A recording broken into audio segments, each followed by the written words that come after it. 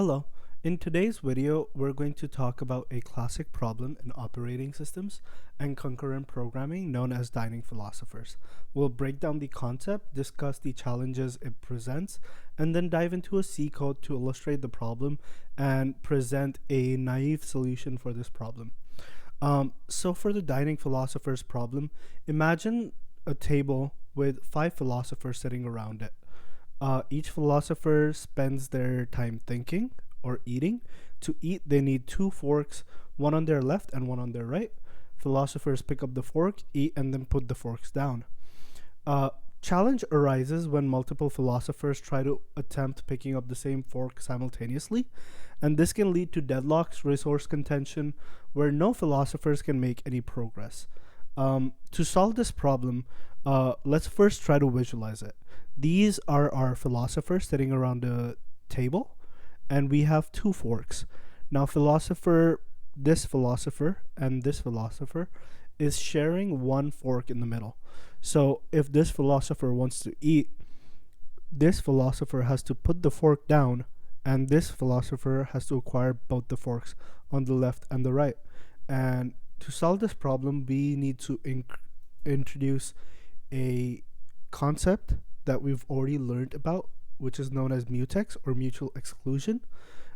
This is a synchronization mechanism that ensures exclusive access to the forks, preventing deadlocks and ensuring that all philosophers get a chance to eat. Let's go ahead and look into the code. Starting with main function. Now let's go ahead and define some of the problems that we're going to be solving in the dining philosophers issues. Firstly, mutual exclusion. One of the primary challenges in the dining philosopher problems is ensuring that multiple philosophers do not try to access the same fork resource at the same time. And this we're preventing by using mutual exclusion. We're initializing the mutually exclusive space over here. I will talk about it more in detail in just a second. The other problem that we solve over here is the deadlock prevention. What deadlock means is one philosopher is holding 1 fork, so the resource is being held by one philosopher and it never gets released, at which point the program or one philosopher never gets to eat, or except for one philosopher, one never gets to eat. And then we have a thread synchronization problem, which we solve by using pthread mutex join. So let's go ahead and look into this code and try to understand it. In my main function, I have first defined philosophers. N over here is defined at 5 philosophers. We have 5 philosophers sitting around the dining table. Then I have a for loop. Inside the for loop, I initialize each of the philosophers and their ID, and I create a thread for each philosopher, which is then passed on to the philosopher function. Then I have a for loop for waiting for each philosopher, and this is how I'm doing the thread synchronization. Although this is a very naive way, and because our code is essentially running for infinite time, after the first few iterations it can start printing in an iterative manner that we do not expect. So let's go ahead and look into the philosopher function. We have philosopher ID, which is being passed. We have a left fork and we have a right fork. Once it goes inside the while loop, all the philosophers end up thinking. They pick up the forks when forks become available, and then they start eating, and then they put the forks down. Now, essentially, we're preventing the access of resources at the same time by using mutual exclusion, and we're preventing deadlock by acquiring forks in a manner where the left fork is always acquired first and then the right fork is acquired.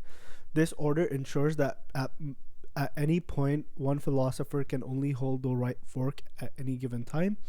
This strategy breaks the circular dependency required for a deadlock.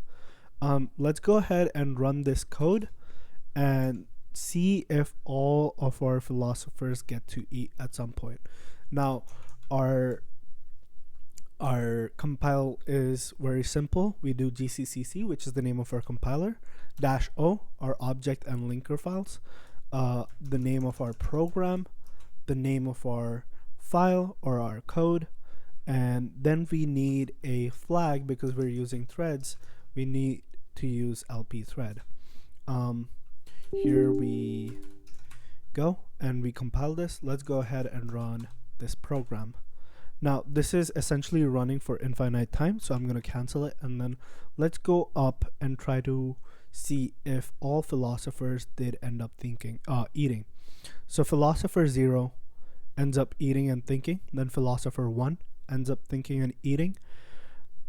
Same with 3, 4, and 2.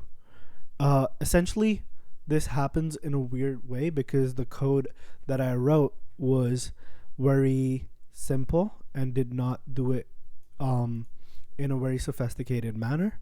However, the problem that we had was that every philosopher on the table needs to eat, which is happening, and we solved this problem by using mutual exclusion, deadlock prevention, and thread synchronization. Thank you for watching my video. Hopefully this helped you understand the deadlock prevention and mutual exclusion and thread synchronization problems through the problem of dining philosophers. Hope you have a great day.